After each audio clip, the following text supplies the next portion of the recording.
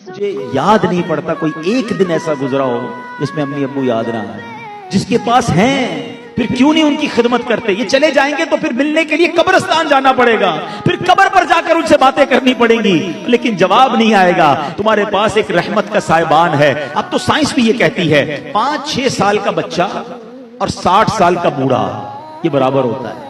ये जिंदगी का एक सर्कल है, बचपन से शुरू होता है, जवानी में जाता है और फिर वहां से 40 के बाद उम्र ढलना शुरू होती है। और बच्चा जिस तरह 6 साल का होता है ना, नॉर्मली 60 साल 65 साल का बंदा उसी तरह का हो जाता है। अब मुझे एक बात का जवाब दीजिए, 5 या 6 साल का बच्चा आपके घर में हो और वो कोई सवाल आपसे बार बार करे, आप नाराज होते हैं? क्योंकि हमें ये समझ आ गई है कि अभी 6 साल का है, इसका अंडरस्टैंडिंग लेवल कम है, इसकी लिस्निंग पावर कम है, इसके दिमाग में अभी इतनी वुसअत नहीं है, बच्चा है इसलिए जिद कर रहा है। जिस दिन आप ये समझ गए कि 60 साल के बाद तकरीबन कमोबेश सुनना मुश्किल हो जाता है, समझना मुश्किल हो जाता है, जिद आ जाती है, फरमाइशें शुरू हो जाती हैं, अब आप इसको एंजॉय करें। अब इसमें चिड़चिड़ापन ना लाएं कि क्या अम्मी रोज बार बार एक ही बात करती हो, तुम्हें समझ तो कुछ आता नहीं, अब वो आपको सुनाई नहीं देता। अल्लाह अकबर, तुम उनसे इस तरह बात कर रहे हो जिन्होंने तुम्हें पाल पोस कर बड़ा किया। अल्लाह की कसम अब खिदमत का मौका आया है।